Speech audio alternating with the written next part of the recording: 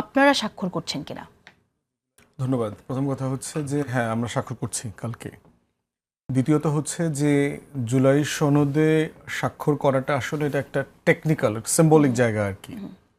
যেই ডকুমেন্টটা এখন প্রেজেন্ট করা হয়েছে এটা কিন্তু আসলে কনসেনসাস কমিশনে গত কয়েক মাস ধরে আলোচনার প্রেক্ষিতে রাজনৈতিক দলগুলো যেগুলো একমত হয়েছে ততটুকুই ওখানে লেখা আছে। ইন্ট্রোতে কিছু কম বেশি করা হয়েছে বিভিন্ন রাজনৈতিক দলের দাবির প্রেক্ষিতে। আমি বোধ করছি এটা কালকে স্বাক্ষর যদি কেউ করে বা না করে, দিন শেষে এটা যতটুকু যারা স্বাক্ষরকারীদের ডকুমেন্ট হবে, ঠিক ইকুয়ালি যারা স্বাক্ষর করছেন না তাদেরও এটা ডকুমেন্ট হবে। কারণ তাদের সাথে সবার সাথে মিলেই আলোচনা করে সিদ্ধান্ত নেওয়া হয়েছে, সাফিসিয়েন্টলি আছে। যেমন জাভেদ কমিশনে তো এনসিপি কে রেগুলারলি রিপ্রেজেন্ট করেছে। কালকে যদি এটা এনসিপি স্বাক্ষর না করে, এর মানে এইটা না জুলাই সনদটা এনসিপির হবে না। আবার কালকে যদি এবি পার্টি এটা স্বাক্ষর করছে, এটা শুধু এবি পার্টির ডকুমেন্ট হবে তা না, এটার মালিকানার প্রশ্নটা ইকুয়ালি সবার জন্য প্রযোজ্য হবে, স্বাক্ষর যে করছে অথবা করছে না। কিন্তু ইতিহাসে তো লেখা থাকবে যে কোন দলগুলো করেনি, যেমন বাসদ, জাসদ, বাসদ মার্কসপন্থী এই দলগুলো যে করছে না তাদের যদিও যুক্তি আলাদা, কারণ আলাদা, এবং এনসিপি করছে না, এই নামগুলো তো লেখা থাকবে। কিন্তু এটা করছে না অন সাবস্টেন্সে না, যে এনসিপি এটা বলছে না যে আমি এই জুলাই সনদটা মানি না, এটা সাবস্টেন্স, এটা কন্টেন্টস আমি একমত না, এটা কিন্তু বলছে না। সে যেটা বলেছে, এবং এনসিপি সহ অনেক দলেরই বক্তব্য আছে, এটার বাস্তবায়ন প্রক্রিয়ার সাথে আমাদেরকে যুক্ত হতে হবে এবং একমত হতে হবে। এখন আমি টেকনিক্যালি মনে করছি রাজনৈতিকভাবে কি লাভ হবে এনসিপির এই স্বাক্ষর না করে? এখন তো যদি আইনি ভিত্তির প্রশ্নে যেমনটা দাঁড়ালো যে আপনারা সবাই তো একমত হলেন যে ঠিক আছে এটা স্বাক্ষর করে তারপর আমরা গণভোটে যাই, তো সেই জায়গা থেকে এনসিপি যদি এটা সিগনেচার না করে, এনসিপির রাজনৈতিক বেনিফিটটা কি?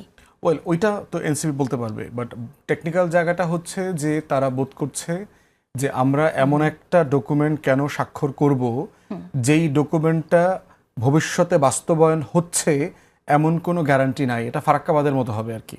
আওয়ামী লীগের আমলে তাহলে গণভোটে যাচ্ছে কেন আসলে জুলাই সনদ নিয়ে? গণভোটে যাচ্ছে হচ্ছে কারণ এটা একটা প্রসেস এগ্রিমেন্ট হয়েছে যে আমরা কোন প্রসেসের মধ্য দিয়ে এটা জনগণের কাছ থেকে মতামত নিব, এটাকে আমি এনফোর্স কোন প্রসেসে করব। তার ভিতরে সবচেয়ে সহজ প্রসেসের সাথে বিএনপি একমত হয় নাই, সবচেয়ে কঠিন একটা প্রসেসের সাথে বিএনপি একমত হয়েছে, এবং এই গণভোটের নিটিগ্রিটিতেও প্রচুর ঝামেলা আছে। প্রশ্ন কি হবে, লেজিটিমেসির পার্সেন্টেজ কত, থ্রেশহোল্ড কত, এরপরে হচ্ছে এটা কি আরেকটা গণভোটের জন্য সম্মতি নিচ্ছেন, মানে আমরা এটা গণভোটে দিব, আগামী সংসদে এটা প্রেজেন্ট করব, এই প্রসেসে যাচ্ছি। আবার বিএনপি বলছে যে গণভোট এখন অসাংবিধানিক। এখন এই মুহূর্তে আমাদের সংবিধানে যেহেতু বিএনপি ৭২-এর সাংবিধানিক আওয়ামী যে কাঠামো, সেই কাঠামোতে থেকে এই সরকারের লেজিটিমেসি দেখছে ১০৬-এর ভিতর থেকে, সেই কাঠামোতে গণভোট নাই। তো গণভোট হচ্ছে যে কোর্টের ডিসিশন আসছে, বাংলাদেশের জুরিসপ্রুডেন্স হচ্ছে পৃথিবীর অনেক দেশে আছে কোর্টের ডিসিশনের সাথে সাথে ওইটা এনফোর্স হয়ে যায়। বাংলাদেশে কোর্ট একটা জিনিসকে ভ্যালিড করুক বা না করুক, এই প্রসেসটাকে আবার র্যাটিফাই করতে হয় সংসদের প্রসেসের মধ্য দিয়ে। তো আমাদের 16 অ্যামেন্ডমেন্টের রায়ের মধ্য দিয়ে আগেরটা রিইনস্টেট হয়েছে, কিন্তু এটা সংবিধানের অংশ হয় নাই যতক্ষণ পর্যন্ত এটা কনস্টিটিউশন র্যাটিফাই করবে পার্লামেন্ট প্রসেসের মধ্য দিয়ে।